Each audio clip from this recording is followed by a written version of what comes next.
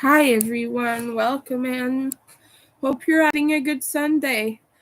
Since people haven't really been coming, I'm doubting that there won't really be anyone joining the live, but I still gotta get my hours up somehow. Um, so yeah, I'm trying to go live a little bit more.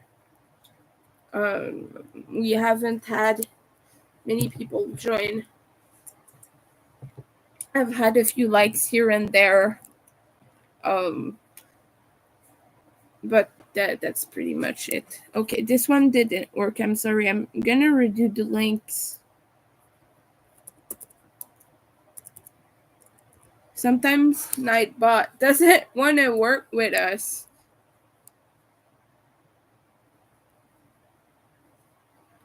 I'm waiting. Okay, good. So, if you want to check out my Etsy shop, that would be really appreciated. I have a bunch of crocheted plushies in there. So some things like this cute guy. I don't have snakes on there yet, but this will be on there once I finish it, along with another one I've made and the future ones I will be making as well. I don't know if I should have stuffed it more, because right now some parts are a little bit uh, breaky instead of bendy. You know, like this. It's hard to stuff a snake in a way that will avoid the kinks, but also not overfill it. Because if you stuff a snake like you would a regular plushie, it's not bending, and it needs to be bending. So, yeah, snakes are getting hard to make once you reach the portion where you have to put, like, you can't hold it on you anymore. When it gets too long, it gets really hard to make, because it gets caught. Like, if it touches something, you can't turn it, so you have to lift it every few stitches. So that makes it hard. I'm gonna share the pattern with you in a bit. Just give me a moment here.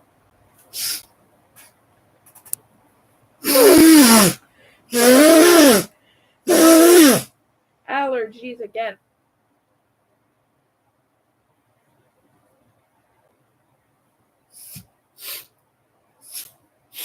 But yeah, I've been wanting to make some for a while. Okay, I'm sorry, I have to go wash my hands again. There's something on it and it's annoying me. I'm not leaving, I promise. I just really need to get that sorted out. It's sticky, like, right over there.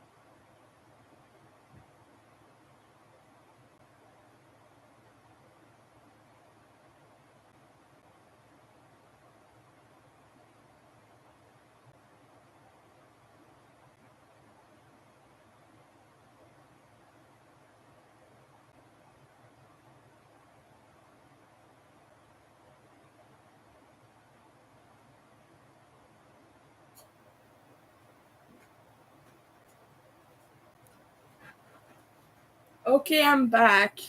Oh, everyone left while I was washing my hands. Um, that's one thing. Like every time you need to go somewhere real quick, everyone always does that. Which I understand you're not there to watch the walls, but yeah, I really do have to do this. Sometimes I can't stay on camera. It's an autism thing. I wish people understood that actually, but a lot of people don't. Because to them, it's like, oh, you're just letting distractions and things get in the way of your stream. But when I have sensory issues and things, I have to take care of them. So I'm just like trying to educate people about that. It's not me just being fussy and being annoying, but if I don't take care of it. And now it's still sticky, so I'm gonna have to wash my hands again later. And now my glove popped, so I'm gonna have to fix that. But anyway, I just wanted to educate people because I get a lot of comments about the way I act on stream, not necessarily on YouTube, but in private, people tell me things. So I just wanted to educate people and say it's not something I can just make abstraction of and just go on. Like if I have something sticky on my hand, I have to solve it. I can't just leave it there and act like it's not there. Um, and now like my whole hand is sticky now. So I might leave the stream actually. I have a disclaimer that says I often have to go off screen to do some things because I get meltdowns and I get sensory issues. But then that warning appears, and then a person on stream is like, "Oh, blah blah blah," still contests that like 5 seconds after it's shown. I'm sorry. I get that it's not fun to hear me ranting about things, but here we are. Um, I just wanted to talk about it.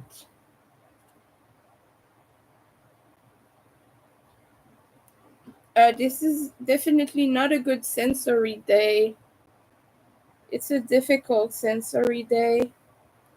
I have a lot of things I have to deal with.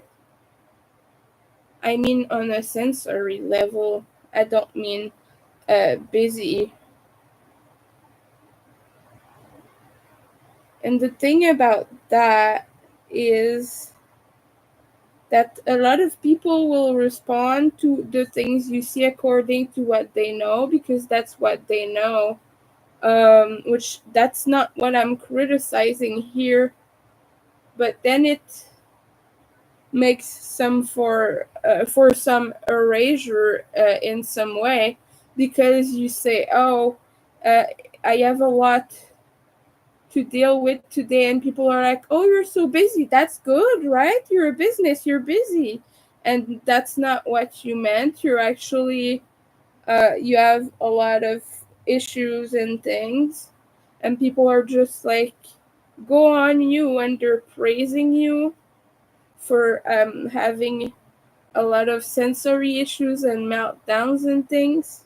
And they're like, oh, you're dealing with so much, that's good. And you're just like, do you sometimes wish you could just be normal, but you don't know what that feeling is if you're quote unquote normal? I'm not saying that being autistic isn't normal, that's not what I mean, but sometimes I just wish I didn't have like sticky hands and other sensory issues to deal with, while another streamer is just like, well, let's get started. Let's talk about cheery, happy things. And I put myself down a lot because I can't do that.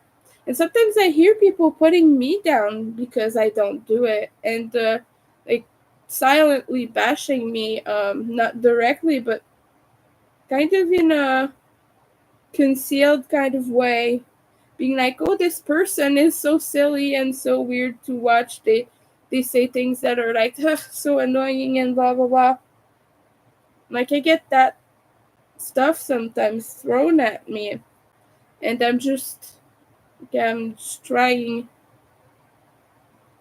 to be a person who doesn't make me want to tear my hair off. Because if I'm just masking and cheery and all, like, I hate to see that, and I feel miserable when I'm that way. Because inside I'm boiling, and everyone's like, oh, look at them being so happy. That's so cool. And it drives me crazy, actually, that people think that and just don't see the other side of it. And it's not that I'm trying to make people miserable, but I would like to be myself and to still be appreciated for it. I'm not. Every time I show a little bit of something that is less fun, people blame me for it and tell me that I'm trying too hard or not being myself enough. Because the myself they want me to be is the cheery, happy one, not the one that has the struggles.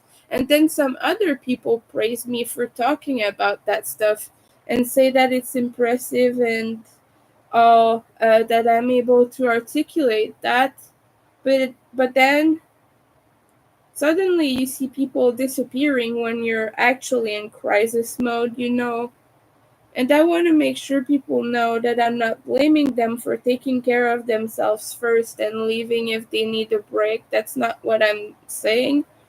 What I'm saying is just, it's weird how, well, it's not weird, but it's funny how people like to praise you and encourage you when you're like on a surface level. But then when things get hard, suddenly you're too much. And that often happens when you're marginalized. And I guess, especially for this specific situation when you have mental health issues, you're too much when you're having symptoms. But people are like, oh, I'm not judgy. And oh, yes, I understand that you're having struggles and all. And they're super encouraging until you're actually showing that you have the symptoms. For example, I can talk a whole day about having meltdowns and being fine on camera while doing it and just talking about it like cold headed in a decent headspace and just like explaining what a meltdown feels like. And people are super accepting and they're like, oh, that's cool, we get it, blah, blah, blah. And oh, okay, you have that issue, that's okay. But then I have a meltdown on stream and I lose like 5 to 10 subscribers, and it's like, okay, but did you really mean it when you said you're on my side and you're encouraging me? And like I said, I get it that people need to leave when a situation's not good for them. It's just kind of a double-edged sword of, you know you're having this issue, you're talking about it openly, and people are all accepting and loving until you're showing them what it really is. And see, people just leave because I talk about that, which is okay. Like I said, I understand. I'm not blaming anyone. I just wanted to be honest about this. That's all. I get it. If you have to leave, I completely understand. But yeah, and I was gonna just make the snake, but then an issue arose, and now I'm having sensory problems that are quite heavy. Um, so I'm sorry about that. It's not really something I can help. I can't really predict a stream subject and then stick to it. Like I said, I cannot make an abstraction of things that happen in my mind. It's not something I can do because it's not just a little bit of stickiness in my hand. It's triggering a whole sensory thing. And now people just left my stream because I'm talking about this too much. Don't worry though, I'm not gonna be on for long. My roommate is about to come back.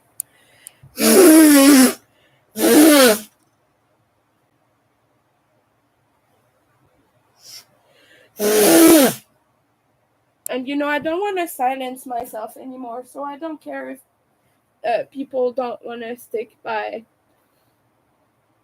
in one way, I guess I'm just trying to reach out to people and get people to understand. And it's okay if it means I lose a lot of people on the way. And it's okay if people think I talk about things too much. But it's not like I'm forcing you and holding you down to stay here. You can leave if you don't like that. Or if you think I talk about this too much on my channel. I keep repeating my channel is not a craft channel. I talk about topics and I'm just hanging out here. But people keep thinking I'm just putting a downer on their whole craft experience and things. I get comments sometimes. Like I said, it's mostly things people tell me in private. I've not really gotten that many nasty comments on my videos. A few. But people mostly tell me those things in private, and they'll go like, yeah, but you're not fun to watch. I just want to crochet and do my thing. Yeah, but that's not my channel. I do crochet on camera, but that's because it's my job. That's what I do for a living. But I don't want to just sit there and be all fun and things and just erase myself completely from the equation just so that people can feel good about their crocheting and all. We have a lot of streams that do that, and it's fine, and it's their own. That's what they do. That's their own. I don't know, but the thing with that is, it doesn't have to be everyone's mission. I can just sit on here and talk about mental health, even if it gets repetitive to some people and it gets difficult for some others to hear about that stuff over and over again.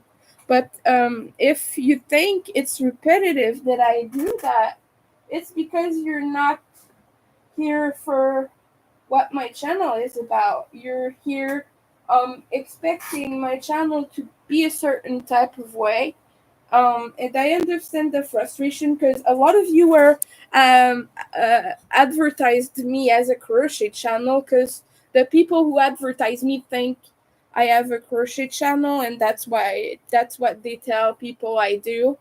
But it's not. I understand the disappointment. You come on here expecting to see someone crafting and having fun, but then you see that okay, it's just someone venting and ranting to the camera.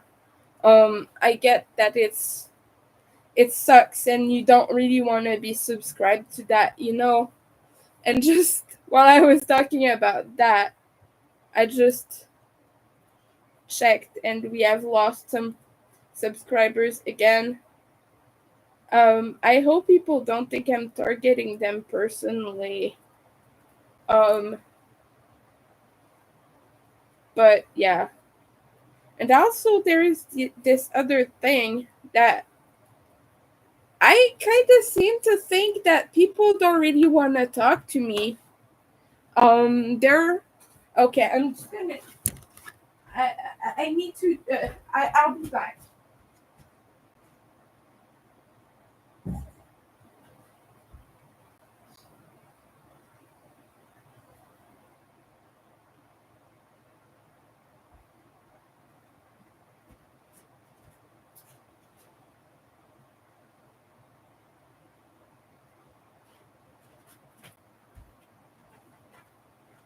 So people, I sorry. Seem to think that people don't want to interact with me on here, or that they think I'm only on here to talk and I don't want to talk to people, but that's not true. I welcome discussion. It's just that I'm not good socially. I don't want to just be in the camera talking to myself. And there's someone who actually like blasted me on their own channel about this, and I'm not gonna be shy about mentioning that. So I was afraid that it would come out as bitching about it, but Actually, it was quite nasty for this guy for to call me out and say I was just a crazy person talking to myself.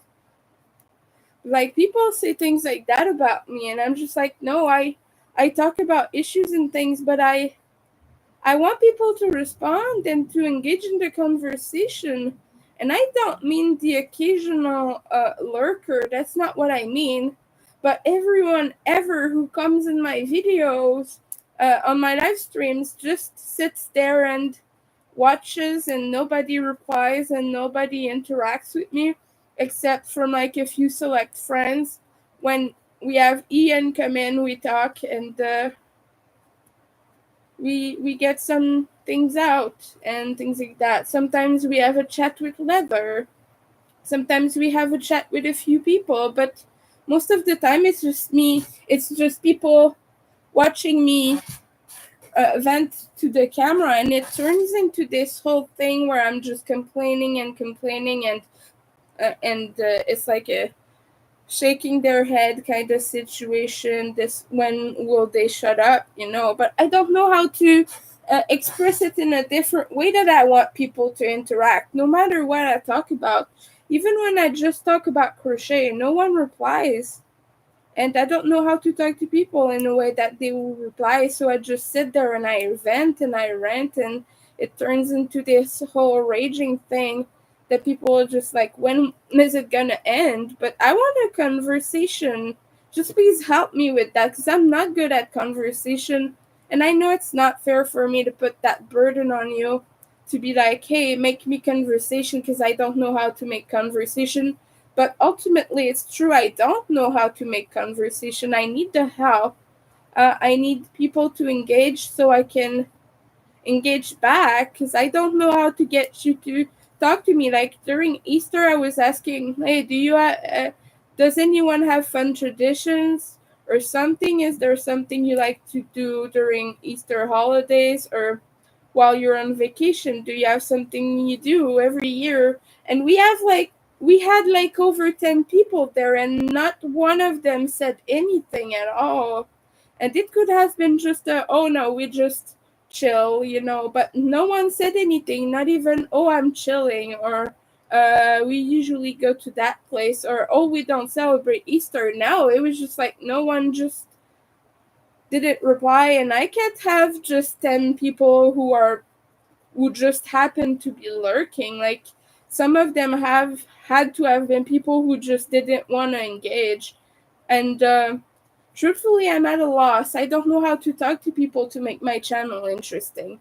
I'm kind of getting the sense that it's just not, and I don't know what to do. So I'm sorry, I just needed to vent on that. I know that it's no one's responsibility to fix that, but I just wish I knew how to engage people. That's all. Here we're making a giant snake, and it's supposed to be 200 rows, but I think I want to make it longer than that.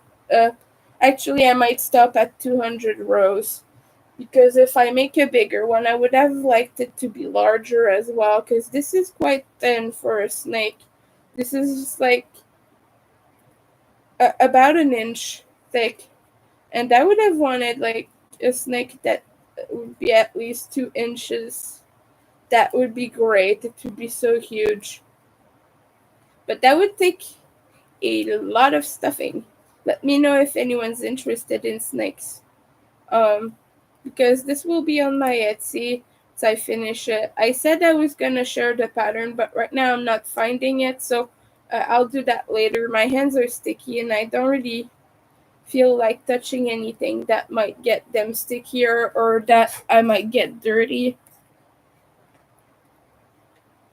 So just let me know. It's on Ravelry. You can look up rainbow snake and look through free patterns, and you'll see it. It's a blog entry somewhere. I can't find it. I'm sorry. I know that it's in my mobile bookmarks, but like I said, if I touch anything right now, it will annoy me. My hands are really not nice right now. Um, but yeah, there's like a few people who come on here occasionally and we chat, But am I that boring? Like, I've had some people tell me I'm very interesting to watch, and it's interesting to them to hear about the autism experience, but no one ever asks me questions. I wish people would ask me questions and participate so I can explain more or more accurately, or just maybe answer questions people may have. But I can't do that on my own. Like, I have to have people talk to. But is it because I'm not inviting? Like, am I too harsh or something? I don't know. Something that annoys me with this yarn is, look, they have orange and yellow speckles in the white, but they don't have any other color speckles in the orange and the yellow. And I kind of wish they had speckles all over instead of just having it in the white, or that they would just have pure white. That would be good. Oh, hi Pam. Oh, thank you. I appreciate that. But it's not just you, it's everyone that comes on here. I have like 2 or 3 people who sometimes talk. So I get it that you're busy. I'm not like questioning that at all. It's just a general thing more than anything.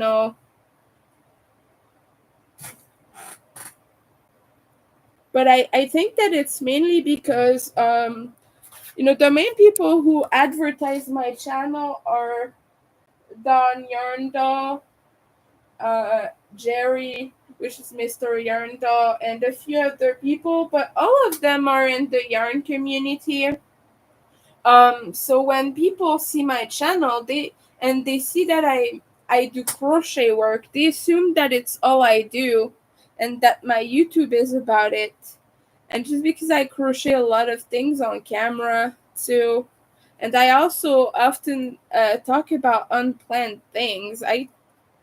Like I said, right now I just had a bunch of sensory problems, so I completely went off the rails, and it started a rant about that and about autism again. I talk a lot about autism on my channel, but yeah.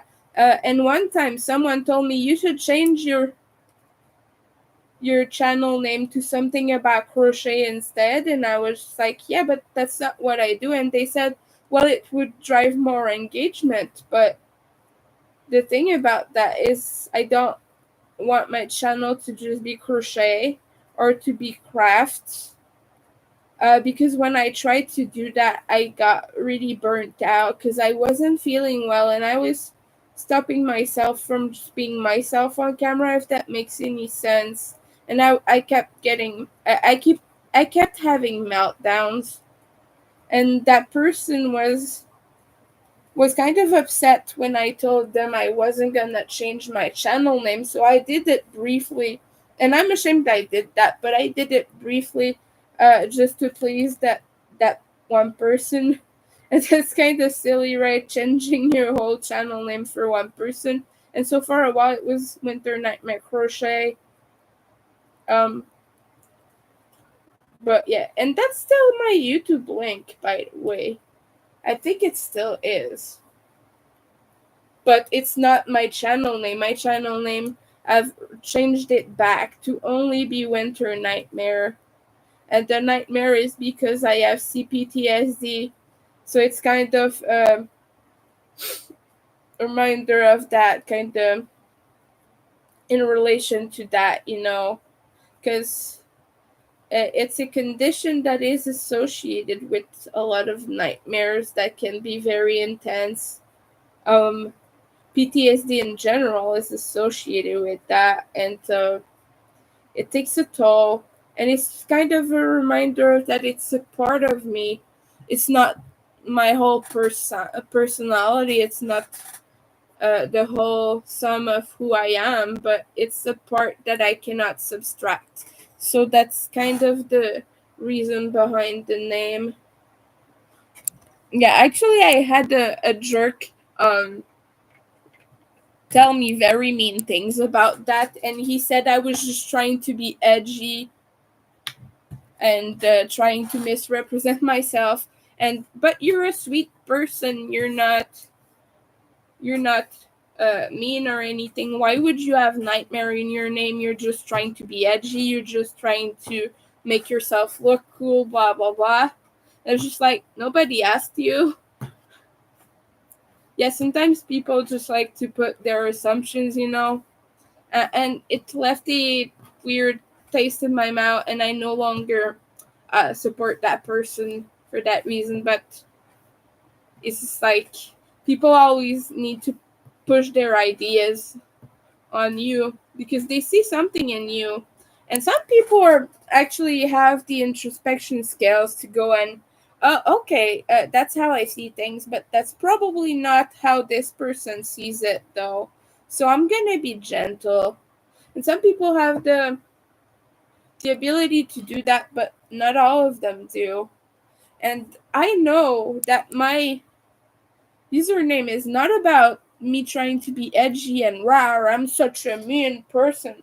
Although I keep trying to explain people that I'm not nice, and just because I appear all sweet and all on camera, it doesn't mean that I'm a sweet, kind, gentle person. I'm not. I'm actually quite abrasive and not really aggressive, but more like just not what people think I am, I guess. And I don't think I misrepresent myself because I'm kind of open about saying it. But I'm not a sweet little thing, and not that it's wrong to be. Um, it's that I go through a lot of intellectual things, and so I've done a lot of introspection. I have a lot of introspection skills and self awareness. So I think that because of that, and because I talk a lot about kindness and about my journey and about mental health and things, people assume that I'm nice because of it. But no, I tend to be a little bit angry about social issues and things. I have a lot of anger in myself. And I think it wouldn't do me any good to disregard that. I'm an angry person. It doesn't mean that I'm a bad person. It just means that I have a lot I face a lot, and it's difficult to deal with and to just be yay fun. And I don't want to be that. I don't think it's bad. Again, I don't think it's bad. It's just not who I personally am.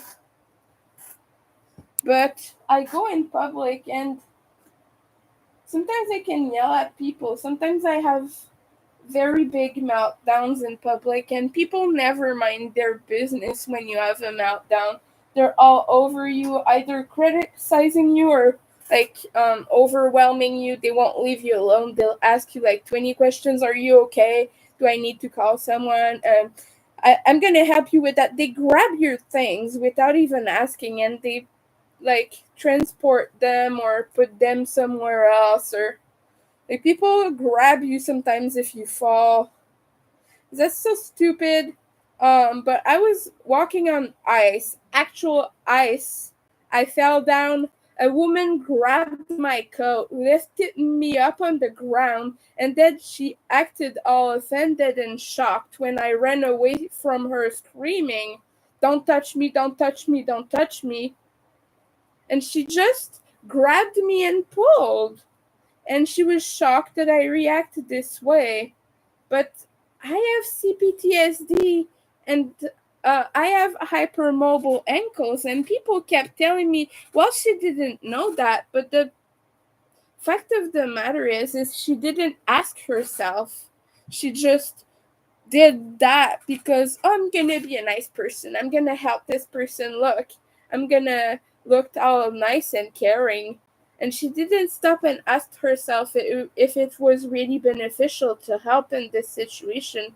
And she could have put me in, well, she did put me in danger, but she could have hurt me seriously because if you're hypermobile, or if you're dyspraxic, especially because this is a balance issue, and I have quite poor balance along with my hypermobility and my ankles. But if you're on ice and you're already unstable, someone pulling you up disrupts the balance that you have yourself with your own center of gravity. You already have a low sense of that. So someone coming into the equation actually removes all your sense of balance or feeling where you are, all your spatial awareness skills, and it messes with that completely. So that's what it does, is you're no longer in control of your body when someone pulls you up like that without even a warning. And so she could have seriously hurt me, and I already have CPTSD. A stranger touches me without asking, I scream. It's a reaction, and yeah, I can't not do it. And people were blaming me for it, and I just think you have to be aware. You always have to ask before touching a person without asking, not asking, but without notice. You have to ask. You have to let them know if you need to move them for safety reasons. Like if a person is gonna be squashed down by traffic, if they fell in the middle of the road, yeah, okay, maybe move them, but tell them first, hey, just so you know, I'm gonna touch you right now. I'm gonna move you away. But don't just grab someone and pull them up. Never pull someone up. They could break their ankles. They could hurt themselves seriously. Never pull up a person. Um, Provide stability, offer an arm, but never grab. You never ever grab a person. You don't grab. You don't pull. Like I said, offer stability. Offer a stable point for them to point of reference for them uh to just use, I'm sorry, I don't have the words right now, but you don't pull someone up. And just because she did that, now whenever someone approaches me in public, if I fell down or something, I lash out. And it's just a defense mechanism. I know that it's not nice to do it, and that it's actually pretty mean and aggressive, but it's a defense mechanism, because I don't want anyone to hurt my ankles or to put me in danger if they try to pull me up like she did. If they just grab me and pull me up, I don't want to be in danger. So it's just like, it's automatic for me to now lash out.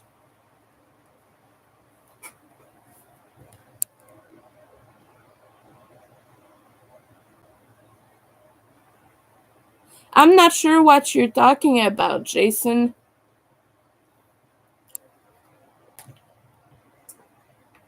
I think you're confusing me with someone else.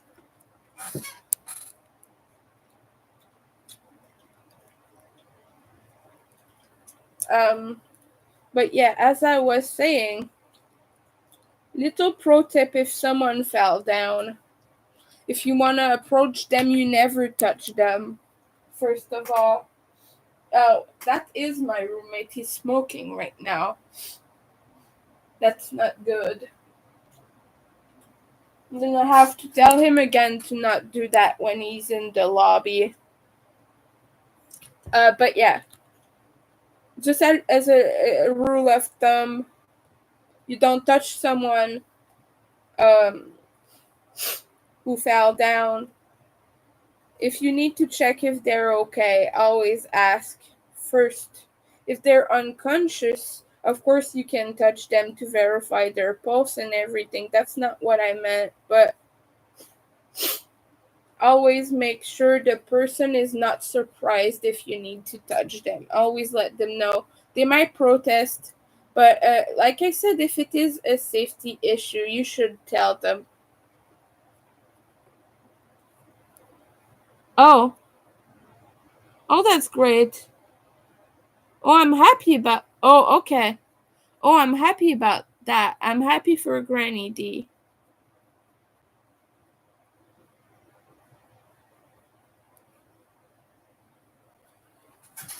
Okay.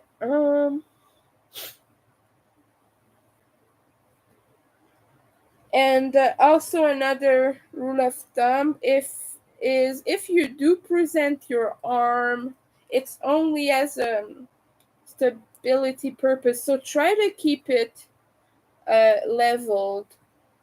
Be honest with you, if you're not really like stable, if you're not able to keep it surgeon like this, don't, because it is gonna hinder more than it helps. It is, I say this just so you know, just so you're more prepared if you need to help someone up or something. But yeah, because if that person grabs you and then all of a sudden your arm sinks down like this, I sink down too, I fall back down. So it's not helpful to me to present your arm and to just be like this. I need to grab something that I know will not move with me, and that I know will provide a stable point of gravity, like just a point of reference for me to be like, hey, I'm stable. I can just get back up now. And if someone is in pain, you never help them up. You never ever grab them and pull them up. If someone says they're in pain, there's a good chance that if they're hypersensitive, they're gonna fall back down as soon as you put them back on their feet. So never force them to get back quicker than they're able to.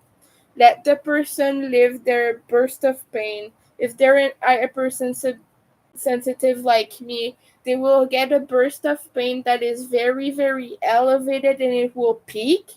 It will feel to them like they've broken their whole leg, for example.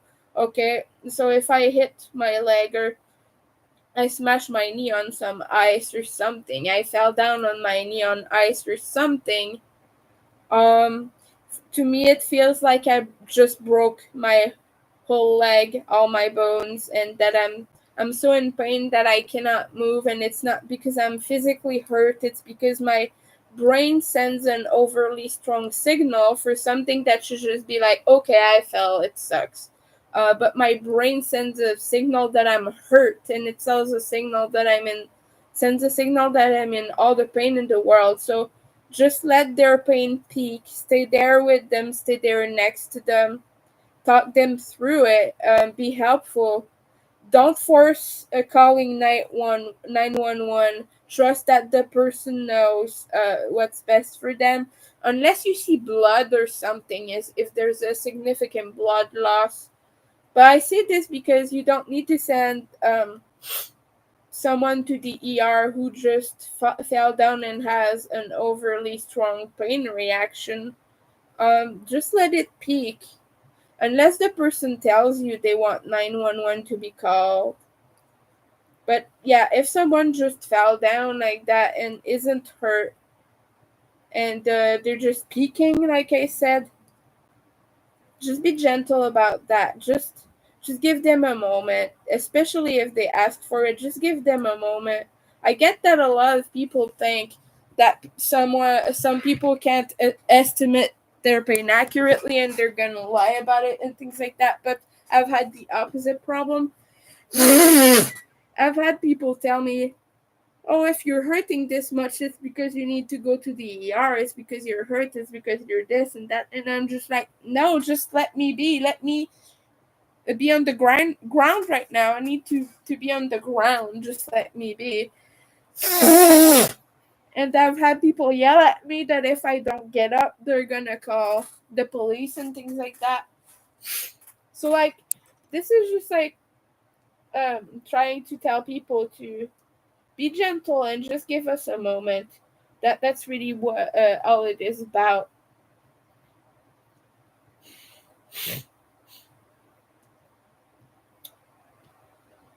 So I just wanted to talk about this, but the snake is somewhat progressing. I guess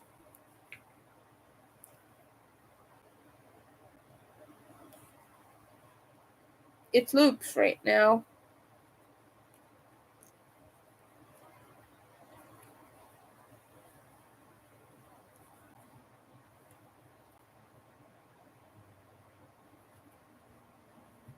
the person on the website has made it like this, um, has made it curl up, but I always see snakes actually with their tail up, and then the body and the head perks up like this, like more in a pretzel kind of situation. So I don't know. I guess it depends how the snake felt that day. But I prefer to do the pretzel when I display my snakes. Not that I've made a lot. I've only made one before. And I'm gonna show it to you if you just give me a minute. Okay. I'm gonna get it from my bin.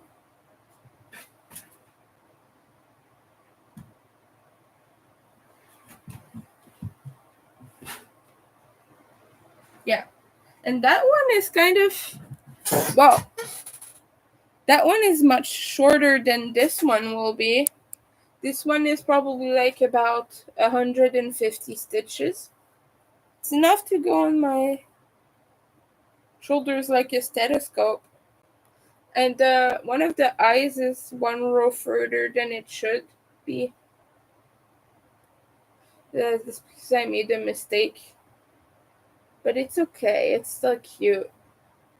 This is Piper the peppermint snake I tested from Chanel Beauchamp. CB Fiberworks, I think their name is. But yeah, it's super flexible. I filled it a little bit more than I did this one. But yeah, I kind of want to make a series of um, candy snakes because that's cute as heck. So here, peppermint snake. I'm gonna make one in red and white too, probably.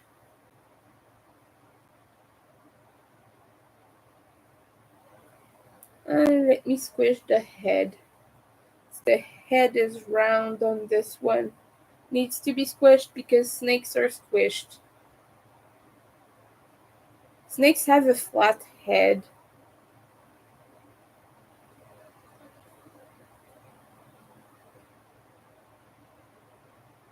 I wish I could just uh, make the face the proper way.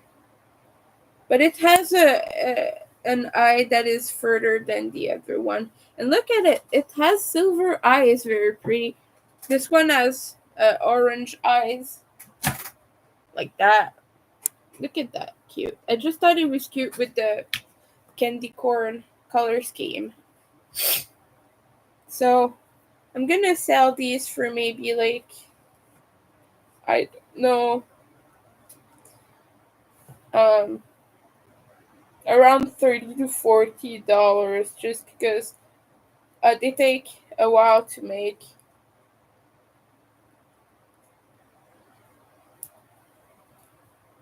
Probably the peppermint one will be a little bit more expensive because it takes longer. Believe me. You have to color change every few stitches, so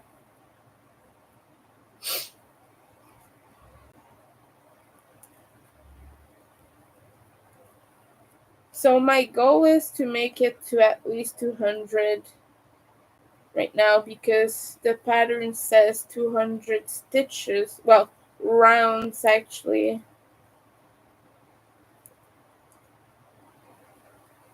Decided to go without a stitch marker for this one because I think it's better to just crochet away.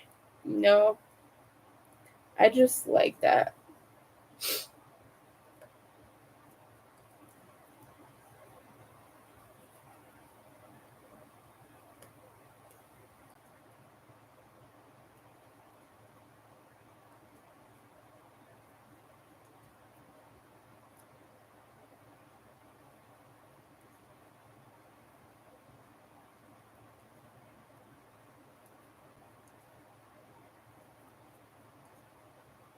Okay, I need to fill this again.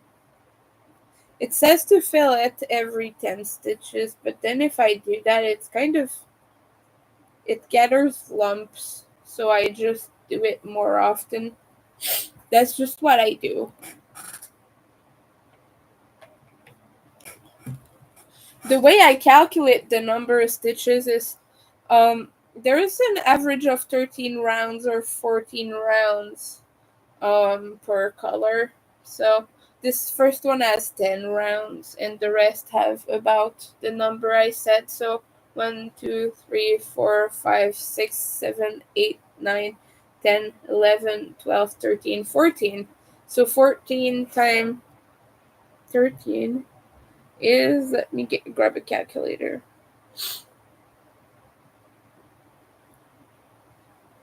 180. And I want to make it much longer than that. Or I don't know, maybe. Thinking I'm gonna end it in yellow or orange.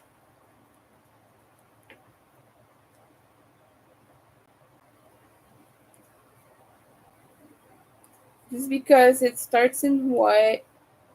Then after the two rounds here, that after that yellow and white, I'm gonna have about 200 stitches. So I don't know what I want to do. Probably gonna go until I get tired, to be honest. But I just thought, hey, let me do this. No. Right. By the way, I put my links in the description. I just wanted to say, money wise, it's really struggling right now. This month has been really struggling. I've had a few sales, but I need much, much more money right now. I'm in a little bit of a tough spot. So if anyone wants to help out at all, much love to you. So much love to you and to the people who've already helped out. But if you want to help out, my links are over there. My Ko-fi has a fundraiser link. It goes directly to my PayPal, and all of it is used for bills, rent, and necessities. So if you donate through that fundraiser, I get the funds directly, and I'm able to get groceries, pay some bills, and things like that. So I just want to say a huge thank you. As a disabled crocheter like that, sometimes it's tough to make a living. I don't always make it every month. So I just wanted to put that out there and say thank you. Thank you, everyone.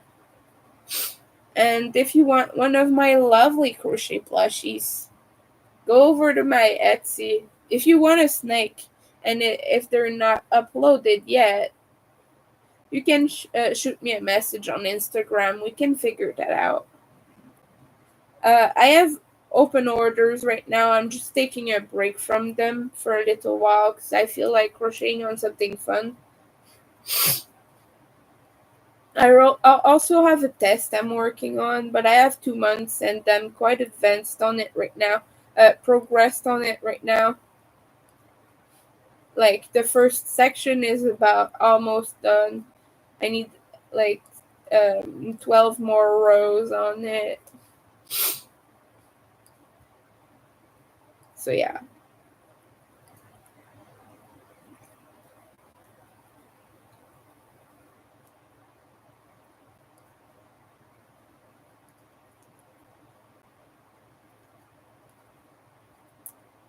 This is about to change to yellow. So yeah, I want to do at least the yellow and the white before I finish.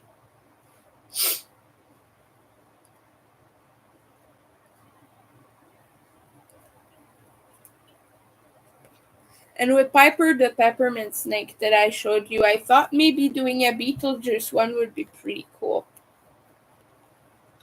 So either black and green or I don't know. I could make more colored stripes.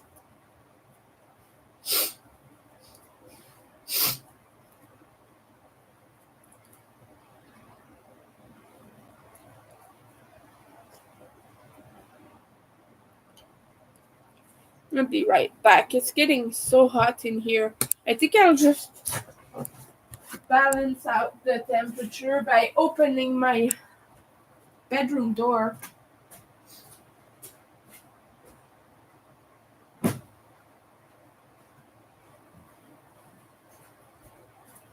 Oh, my little snaky is so cute. Yeah. Ah, a little drink of water. Whew. Yeah, hydration reminder, people. Kevin Key is streaming today. He's finishing his talk that got copyright strike with Corey, don't know his last name, but the guy that does the AI videos for Cyberactive. So at around 5, I'm gonna log on the Patreon and watch that. It's been cheering me up, so I enjoy that. Oh, I need to go to the bathroom. I'm gonna be right back. I'm gonna be right back. I'm sorry.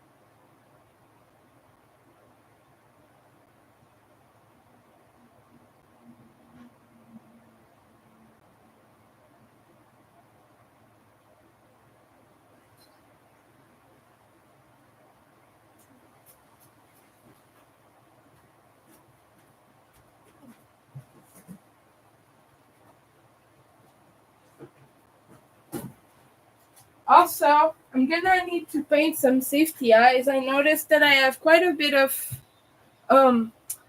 clear large ones. I'll show you right now a little bit. Like this. It's clear, the back is clear. And while that's cute and reflects the yarn that is under it, I kind of want to paint them.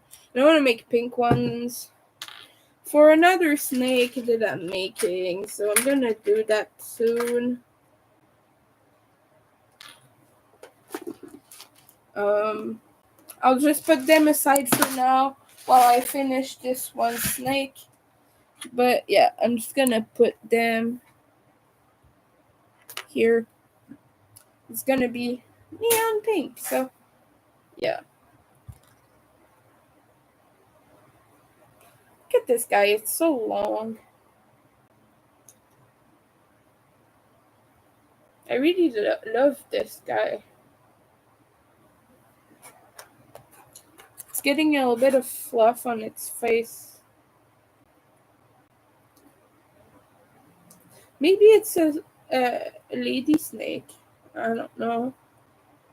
I don't know much about snake reproduction. I know that they have eggs. That's pretty much it.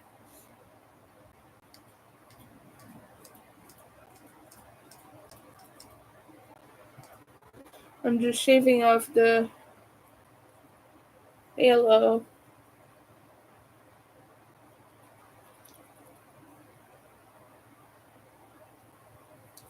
Do you know how you have corn snakes? This one is a candy corn snake. A snake. I thought it was clever.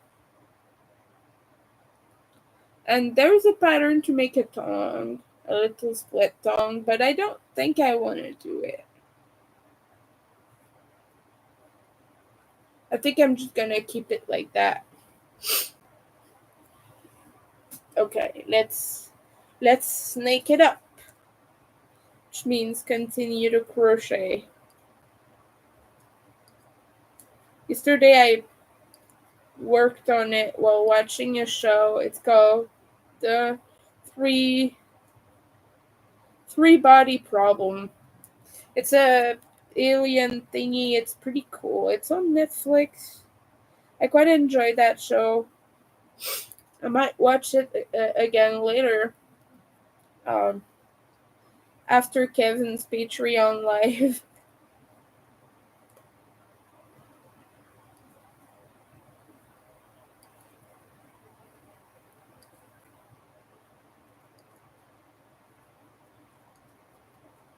It like teaches a lot about the universe and how the world works, kinda.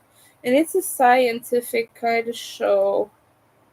Well, not probably not very accurate, but it's about science. Like there's a team of scientists in the movie. It's series in the series. So yeah, three body problem. Pretty good.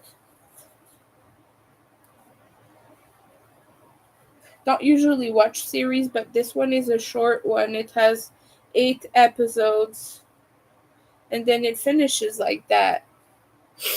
And the premise is this. I don't want to spoil it too much, but um, scientists are discovering a bunch of strange data, and it's actually aliens messing with them because they need to colonize Earth because there's a problem in their own on their own planet.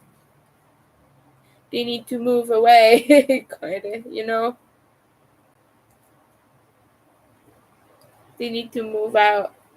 So they're moving out here, and yeah, I'm not done with it. I'm like at episode 5 or something, but it's pretty good and scary. It's scary because we would do the same thing in that situation, but the humans in the series are blaming the aliens. We're all a bit hypocritical.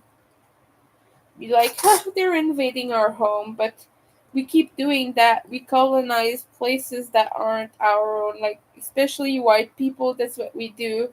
We like to colonize places and to impose ourselves and then complain whenever anyone at all different than us comes along, and we act all threatened and everything because our comfort is threatened, but we don't realize that we've done the exact same thing before. Oh, and the next snake I'm gonna make is probably gonna use Moose Tracks by Lion Brand ice cream big scoop, and it has a bunch of colors in it. That's why I want to use it. That's why I'm making pink eyes. It has some pink to it.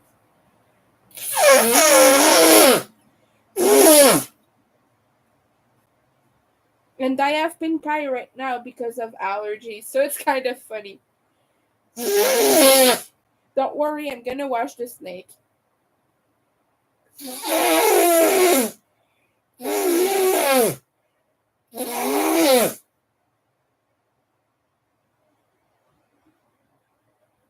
And it's purely an allergic one.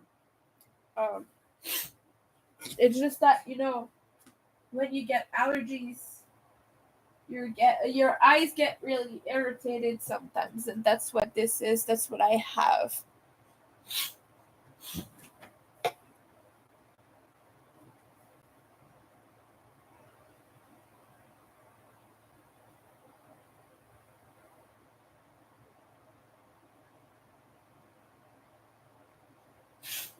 I'm sorry.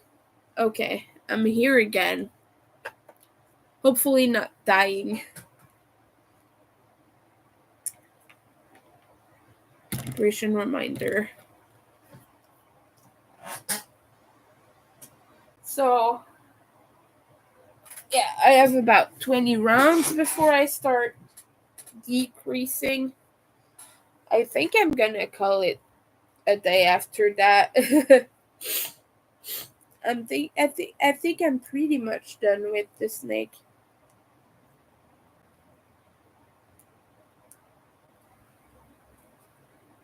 Like I said, if I make a super big long one, I want it to be quite thick as well. Like a giant snaky snake.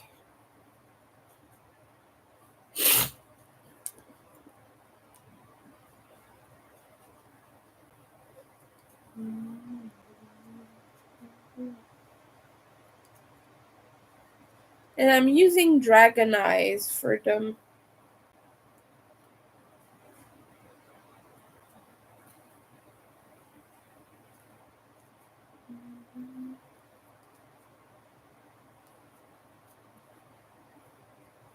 Let me know how your weekend is going, people. Are you making fun snakes? Or even better things? I need more of this color and the other Halloween sparkle colorways, but I'm poor. So, yeah,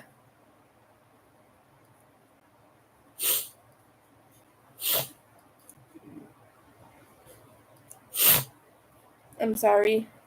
I'm sniffling.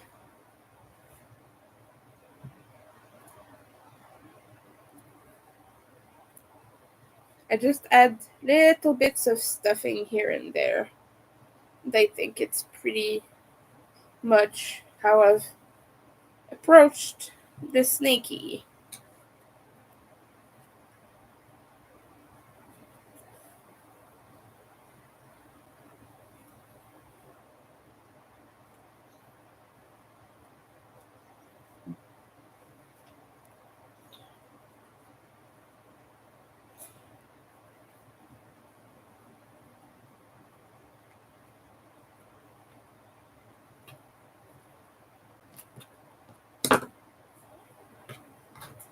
And I try to push it down a little bit.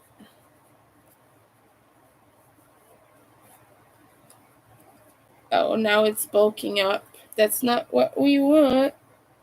Okay, I'm gonna try to push it further down.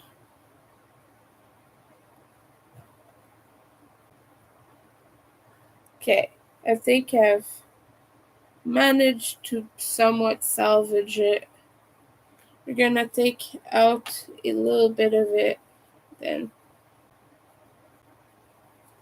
It's just that little bit here in the orange needs fine tuning. Yeah, okay.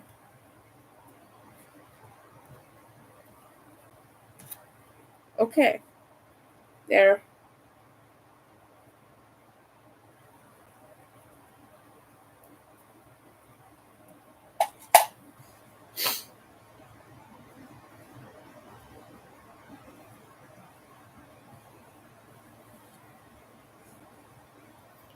Okay, we're gonna finish that little cute thing.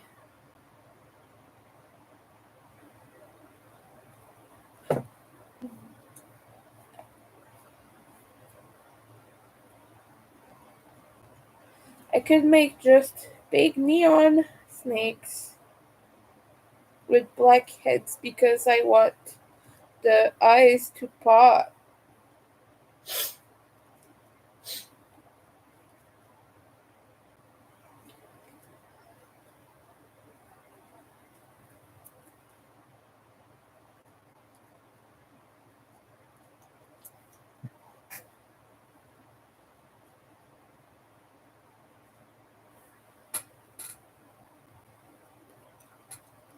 I just put a ton of stuffing on my desk, and that's the way it's easiest to do it, to be honest. You just grab it a little bit as you go.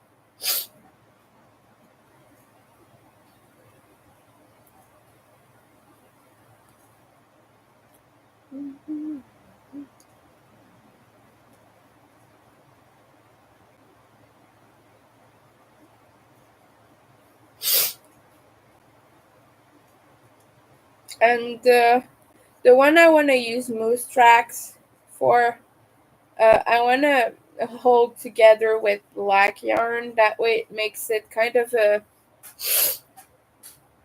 color, a kind of a patchwork colored snake, you know?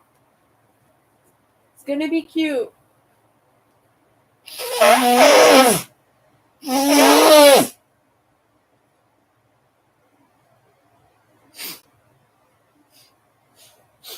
All right.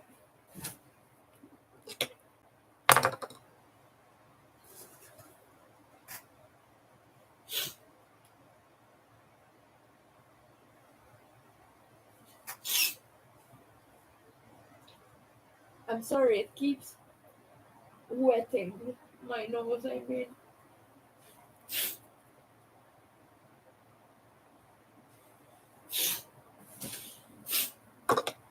Okay.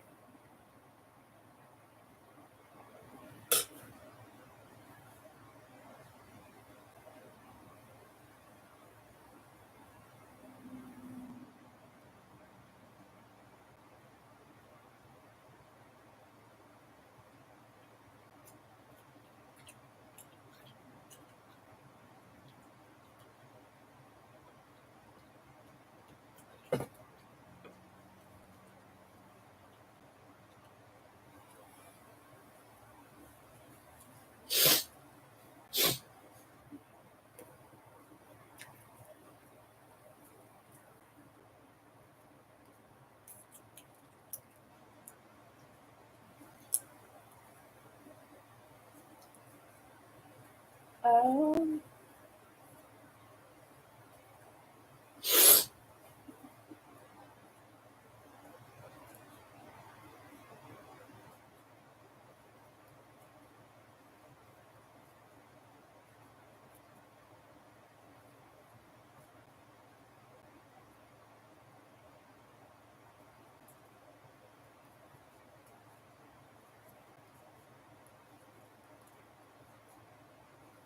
yeah.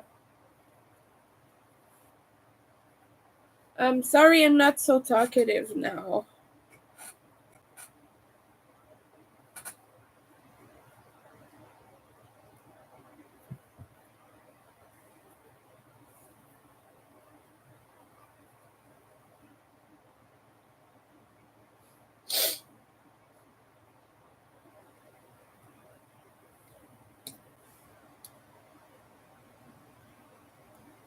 Okay.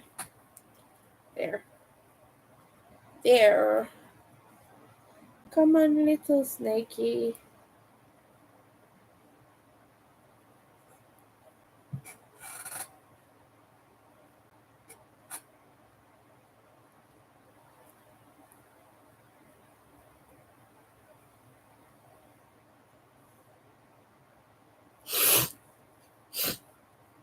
Okay. Do you think I can finish this before I finish streaming? Or before my roommate comes home? I'm not sure. I had a good sandwich for breakfast and also a grilled cheese sandwich. Grilled cheese sandwiches are amazing. So I had both a regular and a grilled cheese sandwich. I needed to. Sorry.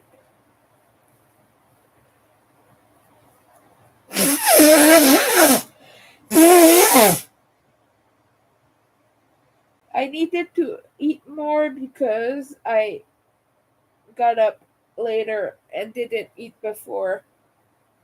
That's why.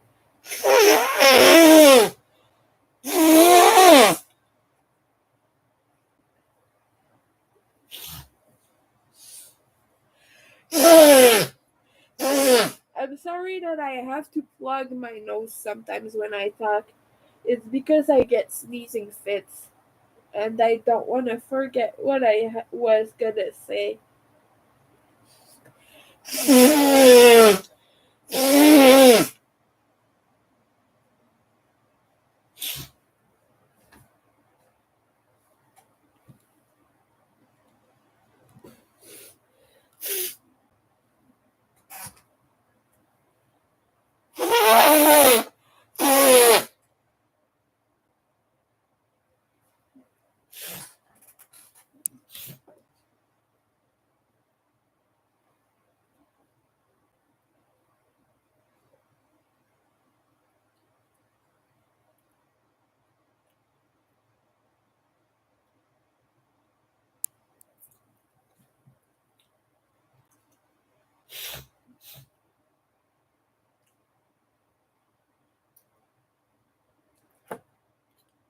I have a patch of irritated skin under my nose.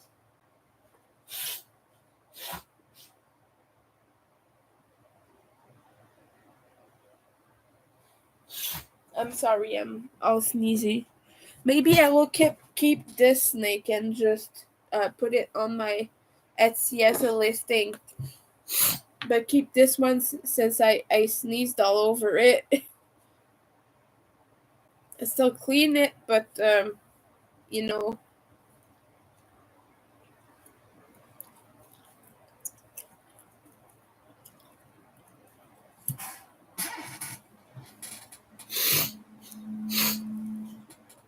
I can make an exact replica if I just start at the exact same point in the yarn. So it's not a problem.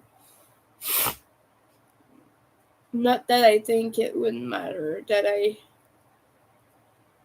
started at exactly the same point, but it's a possibility. I can do it.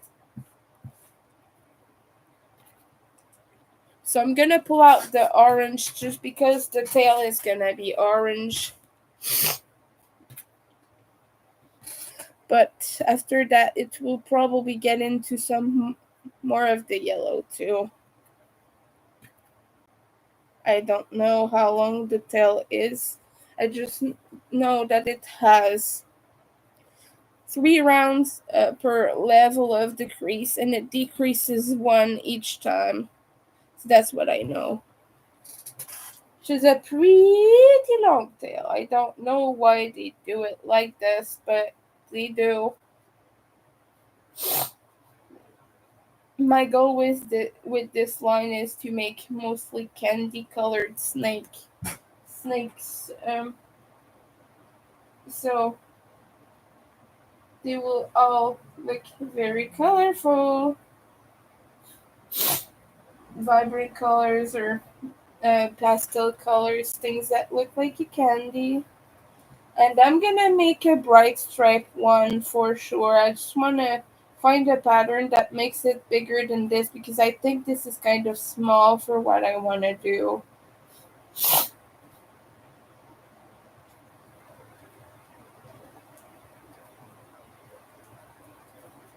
Like imagine one that took a whole skein. That would be crazy.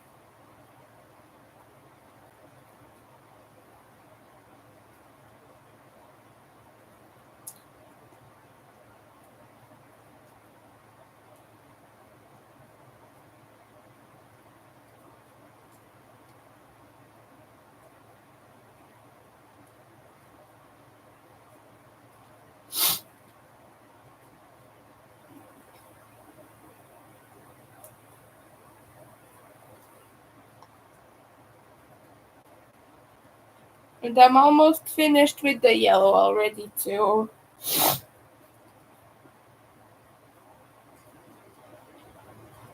Like I said, this pattern has a very slow decrease.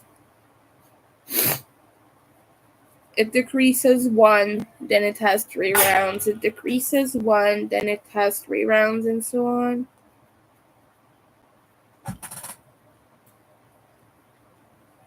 I don't know why. It's just like that, I guess.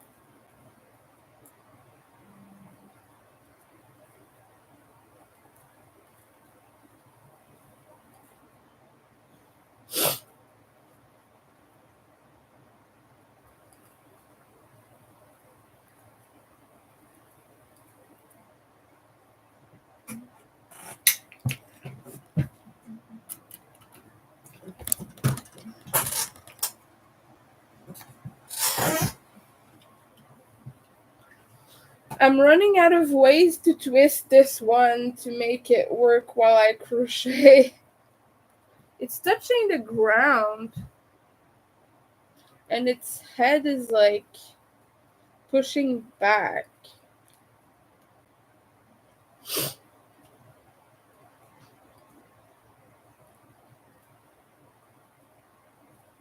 Hi.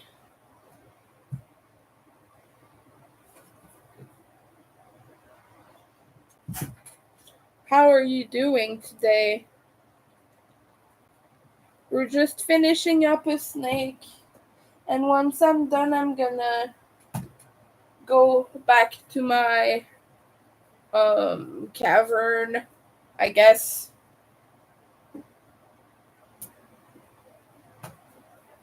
So, yeah. This one is a candy corn snake, and it has, well, faces backwards. Here's the face. It has little orange eyes. That's what we're making.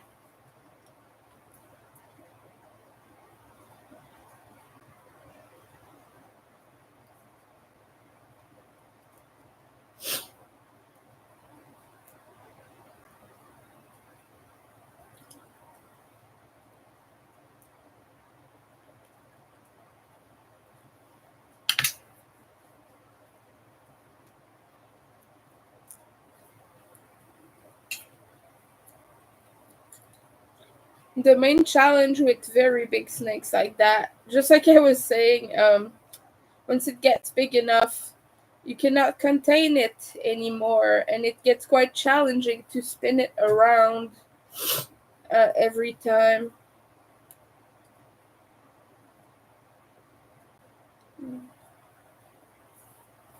Okay, I'm on the white right now, so that's my last stripe.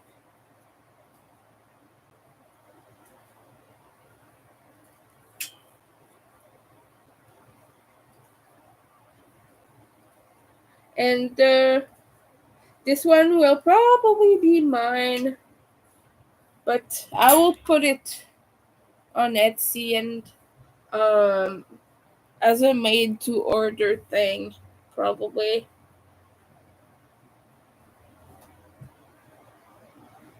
I have a lot more of this yarn, so it's not a problem. We still have all of this. It's squishy, but that's enough yarn to make at least one or two more snakes, if not more.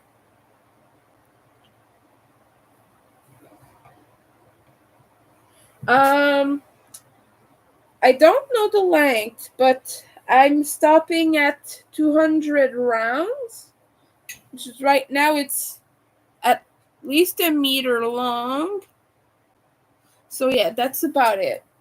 I want make I want to make a longer one, but I said also that if I make a longer one, I want it to be thicker as well, just to make it consistent, kind of.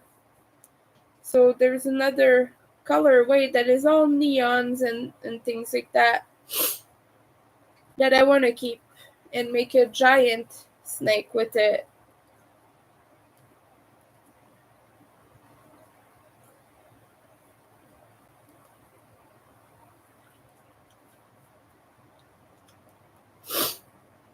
And this colorway here is fun because it's sparkly, and it was a well, it's still sold, but it's supposed to be a seasonal thing. But Hirschner's actually made not enough of it, and they got back ordered for months, so they decided to still keep going. So this color, like all the Halloween colors, are still on Hirschner's website. You can still get them.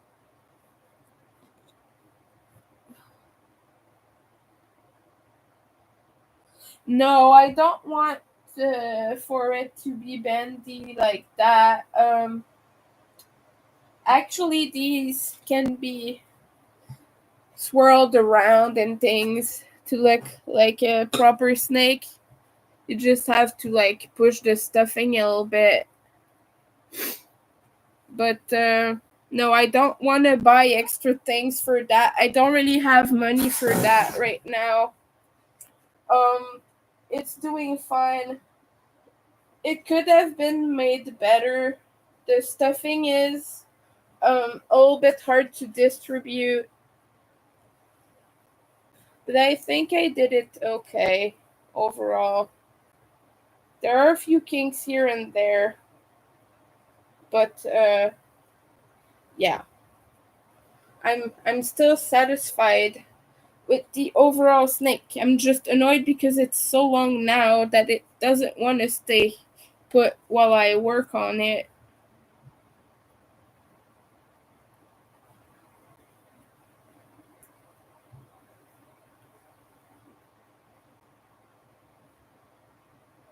And people who get crocheted snakes as like a thing to buy, they usually display it like around something, so it they bend it to fit the shape. Um, but yeah,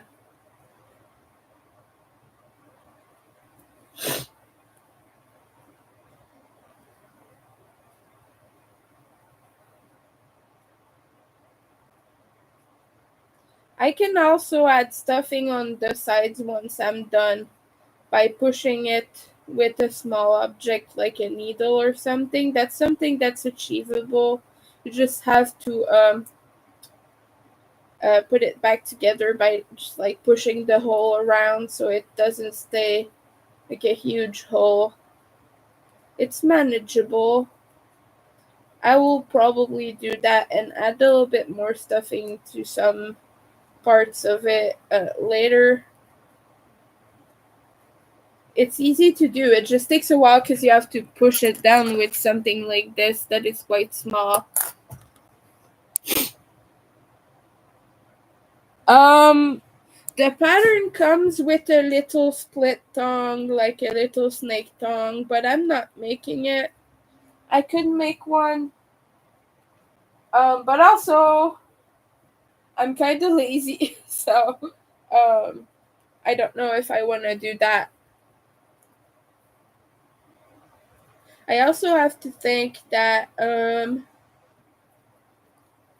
things like that, extra parts that are small and that are sewed on, they tend to be ripped out easily. Like if you have pets or something, these little small details that you add on that are just only holding by a stitch or two, they can rip out. It's not super common, but it can happen. So it's just something to keep in mind. Because, if you make just a tongue like that or fangs, that's only going to be hanging by a thread. It's going to be like two stitches holding it together. It's not going to be very consistent or very constant, or I don't know what word really fits here, but basically it's just, yeah, it could work. It could look okay. I would show you the pattern, but I lost the page.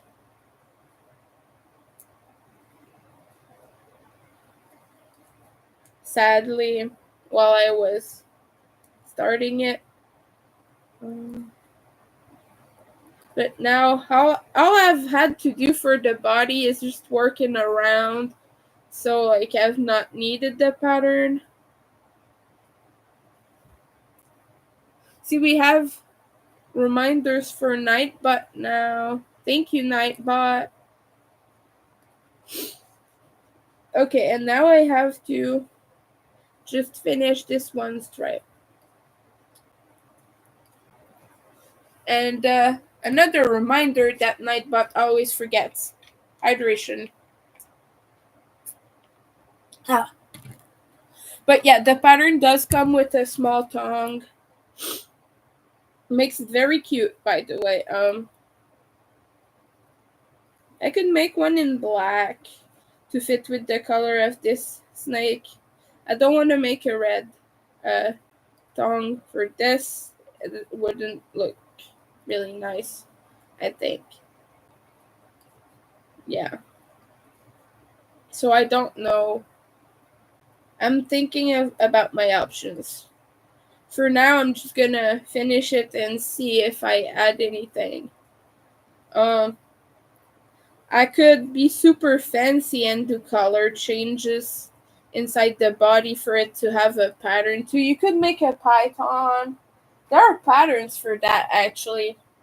There are patterns which are just like a python and how to do the color changes in the right spots and things like that. And that is pretty cool. But yeah, mine is just a cutie snake, so it's a candy corn snake. And yeah, it's quite stiff at first, but as you bend it and as you use it, the stuffing kind of distributes too, and it gets a little bit softer and nicer.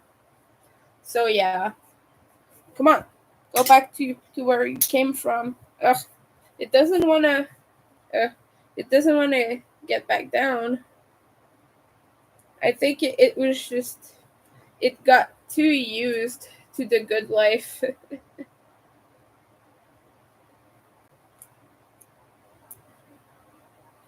Okay, now just finish this one stripe.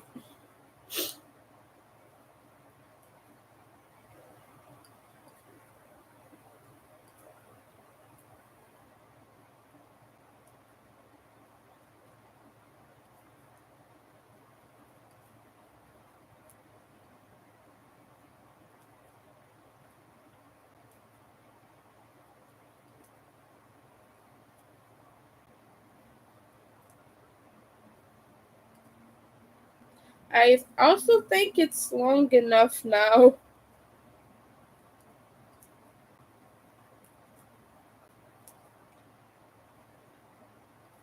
I'm gonna need a smaller stitch marker to remember where I start to decrease, you know, kind of do. Um, Here is the tail, and the body is everything before. Since I lost the pattern, and I also don't want to have to count every time, because that's a lot of rounds.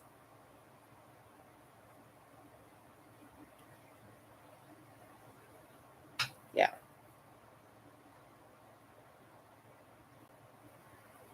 but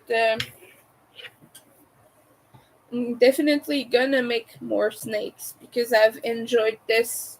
I was working on this yesterday as I was watching a show I talked about a few minutes ago,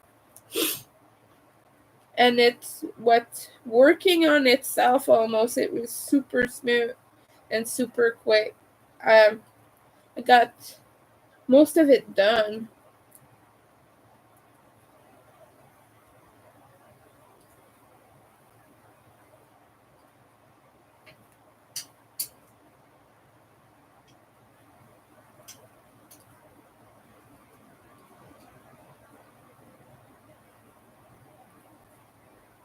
What time is it right now?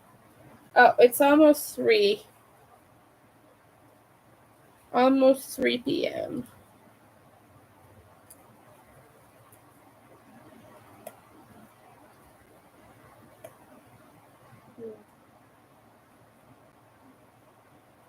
I need more orange next to make the little tail.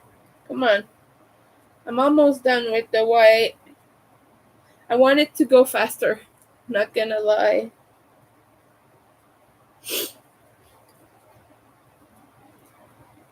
But yeah, as you work on plushies and things like that, you develop little tricks little tips and tricks to kind of fix mistakes or things that could be better. So like I know how to add stuffing after the fact if somehow you messed it up a little bit. I know how to hide the hole created. You just push it back in shape and it works well. Most of the time it's pretty much inconspicuous. So also I don't really want to put a rod in this just in case anyone with children buys it or pets. Pets can sometimes oh that was scary. I'm sorry. A neighbor just tried to connect to my robot vacuum. For some reason they think that it's gonna pass the staircase. Yeah, but I don't live in the same place you do. Here it really is almost 3. Um, but yeah, as I was saying, sometimes pets can destroy your plushies and things. I've seen it happen. It's quite intense.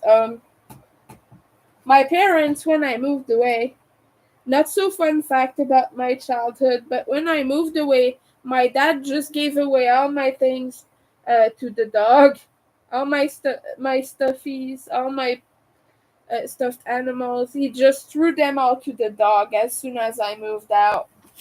And so next time I came back home on vacation or something, I saw all of them were completely destroyed.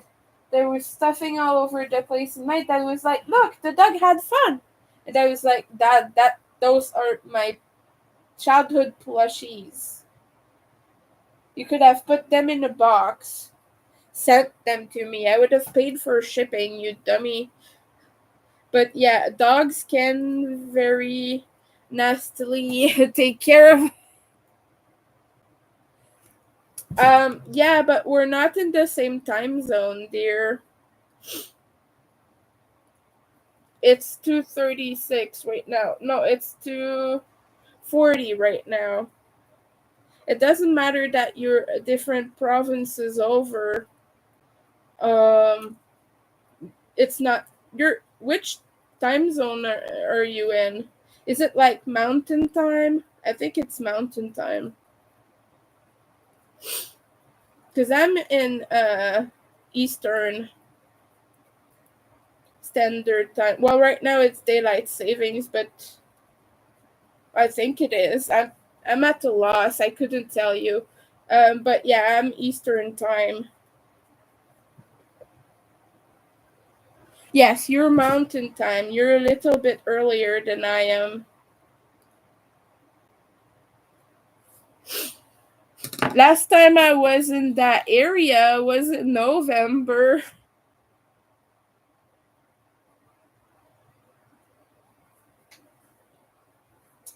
Yeah.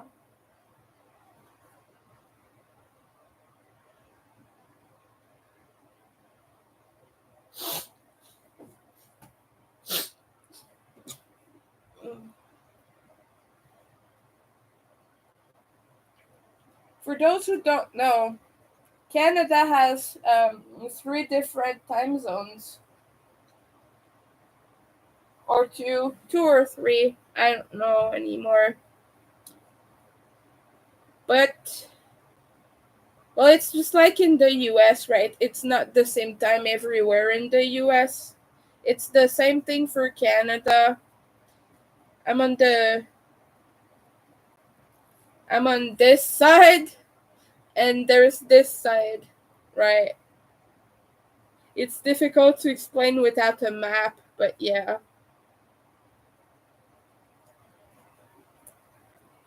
And I'm probably doing it backwards to the camera too.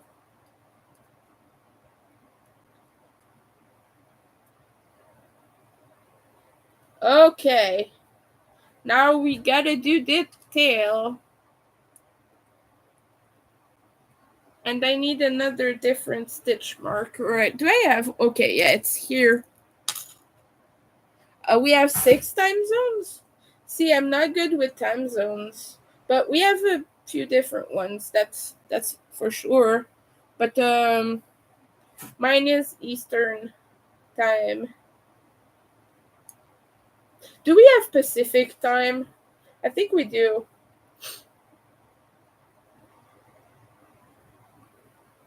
Oh, that's where I went wrong. I was supposed to do a decrease here. My first stitch of the round has to be a decrease. Yeah.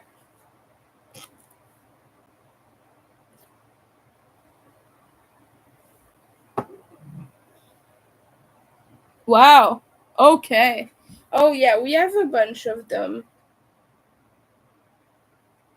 I think that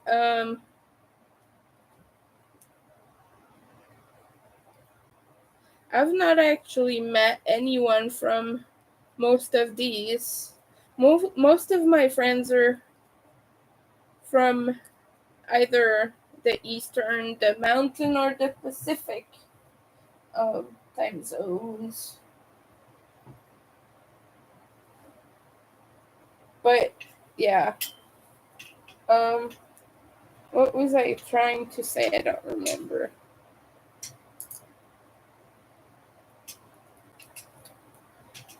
What I hate about this stitch marker here it is that it has a big jump ring, so hooks catch in it. So if you see me mumbling to myself, I'm actually swearing because my hook annoys me.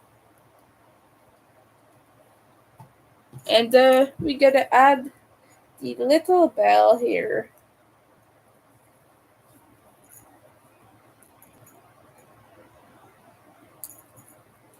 I'm about to get ready to watch Kevin Key in 2 hours. He's doing another Patreon chat after getting shut down by YouTube last week with his friend Corey, who makes videos for him.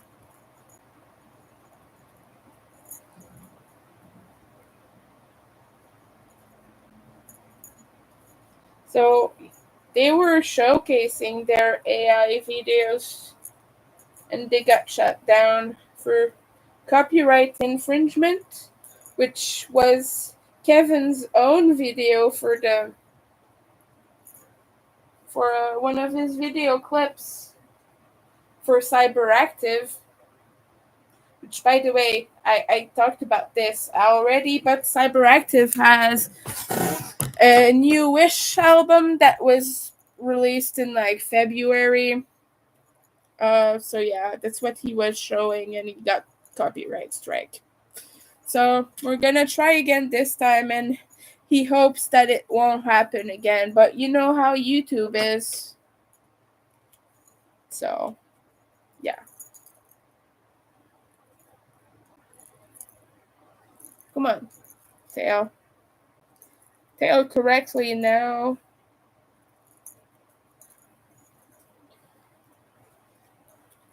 But ever since that stream, Kevin has discovered the joys of AI.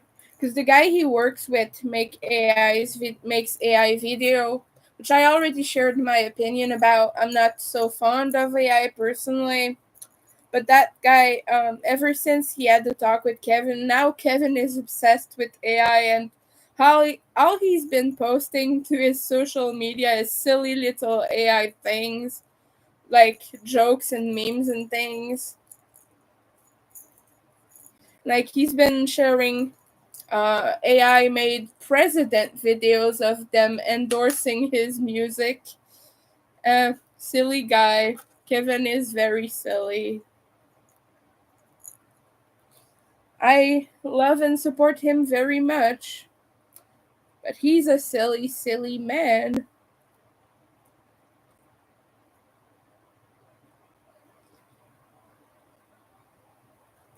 Oh, okay. And, oh, what did I do?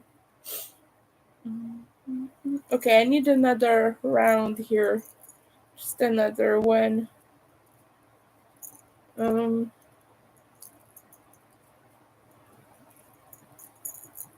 Hi. That's your other channel. Books, Whips, and Chains. We love that.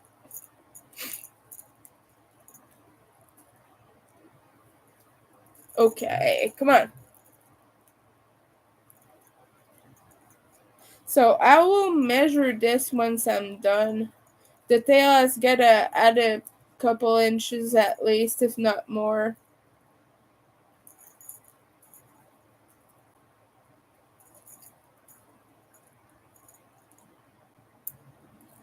Okay, and now get back this stitch marker, and it's another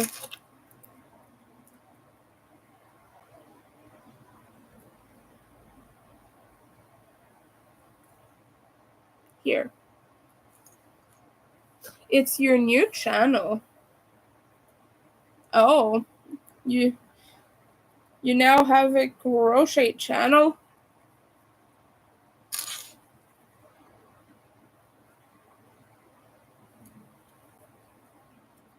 I'll have to remember to subscribe.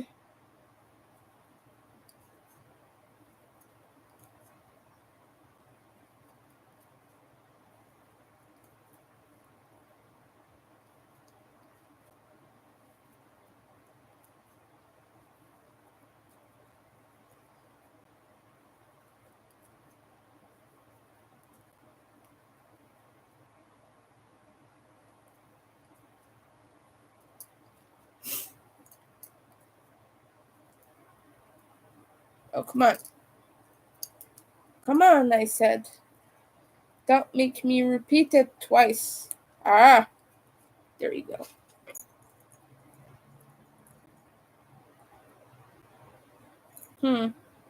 Okay. It's getting really hot in here, and I don't know why. I just turned down all the heaters in the house, well, in the apartment, and it's just getting hotter for some reason. So bear with me while I complain about the heat. It's at that weird spot temperature wise where it's too hot to like keep a sweater or a hoodie on, but also to keep the heaters on. But if I open a window, then I freeze because it's like 9 degrees outside.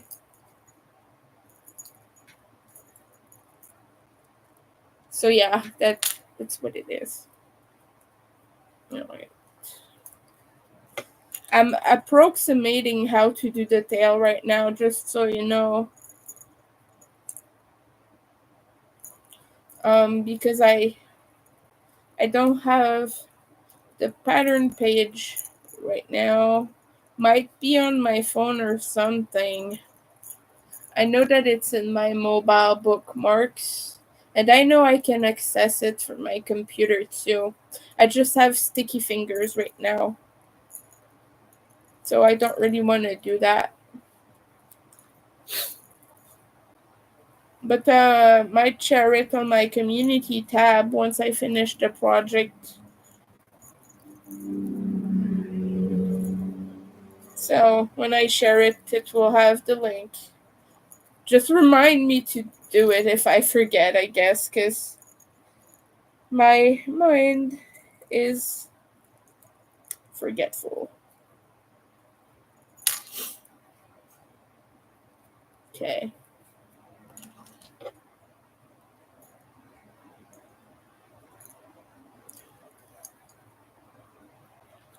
Now it's almost 3.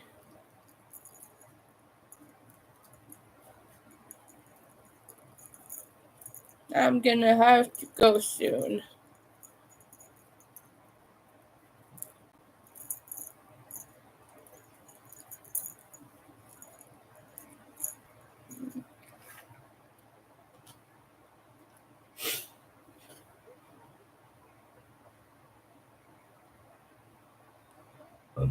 Sorry for the burps.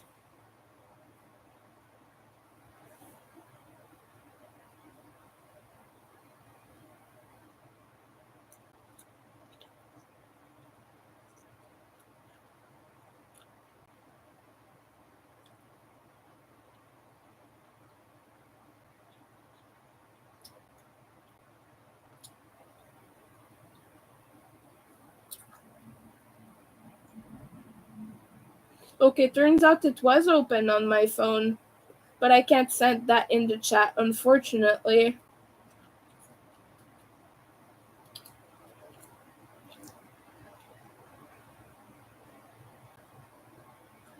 Okay.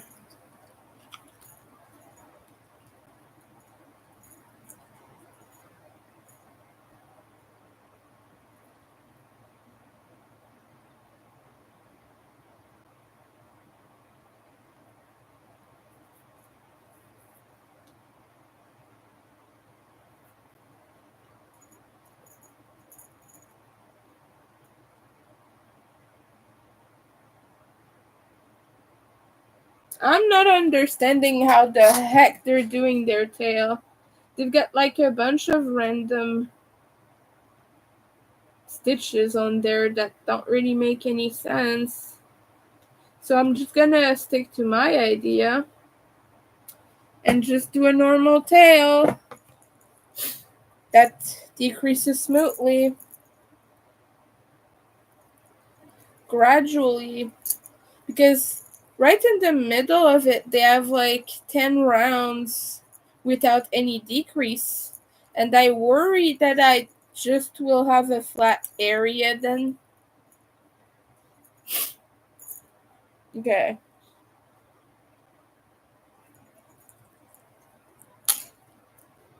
I think it's working better the way I'm doing it.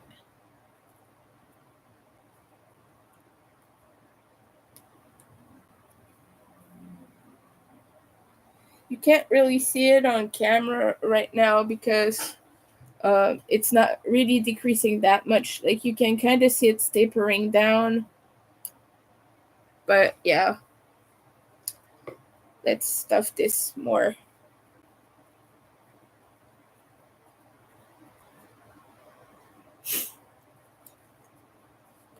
Okay, and we're gonna have some yellow in there.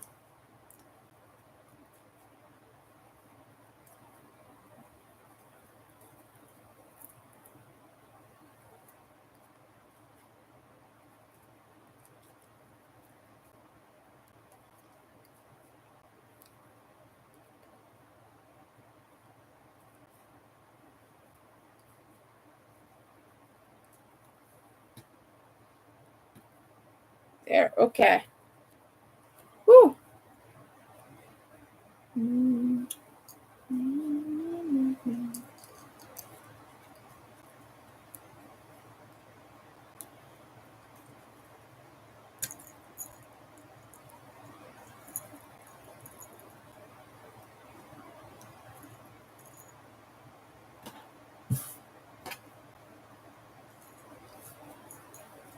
Kind of a very fun colorway.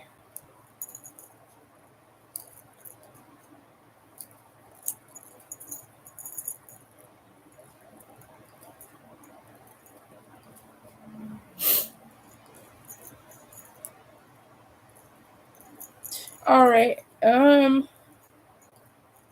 think I'm gonna go now though. My motivation to stream is getting kinda low, and we've already been there for 2 hours. I'm gonna get ready to watch Kevin's stream, even though it's in like 2 hours.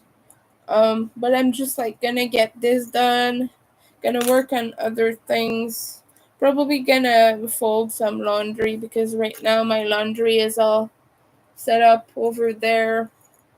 But I need to fold it and to put it in drawers. And so I'm gonna do that before Kevin's stream, which I encourage you to join. Kevin Key from Skinny Puppy has a Patreon, and when you're at a certain level, which is quite a small price to pay, really, for it. You get access to a Patreon chat every month. Yeah, I know, but I'm not gonna watch Amanda because I pay to watch Kevin Key. I pay $7 a month for it, so um, I often come and hang out when Amanda when he finishes. But yeah, all right, everyone.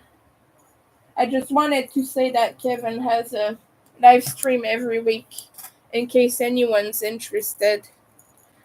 He's like an historian. He's very fun to hear. It's very fun to hear him talk about all the tour stories and everything, and all the music. He got some pretty interesting guests. He got the composer for the Silent Hill games music a while ago, a few weeks ago. And that was amazing. That blew my socks off. It blew my mind completely. And the guy only speaks Japanese, obviously, but they even had a translator guy and everything. So yeah, it's interesting. And even if you don't want to watch like the live streams, you can watch the replay, or even he uploads them on his YouTube channel after. So like a few weeks after that, he will normally upload the chats to his YouTube. So you get that option as well. For me, I just think I really like to hear more of the behind the scenes because Skinny Puppy is my favorite band. So I quite enjoy hearing all the things about that and all the challenges of music and production they've gone through. But yeah. Anyway, I hope you all have a good rest of the day. Might see some of you later. If Amanda's still streaming after Kevin's done, which normally it shouldn't be a problem because she streams for about like 5 hours or so. So yeah, I hope y'all have a good day. I keep repeating myself, sorry. But bye everyone, and thank you for watching. Hydration reminder. Bye. I have a headache too.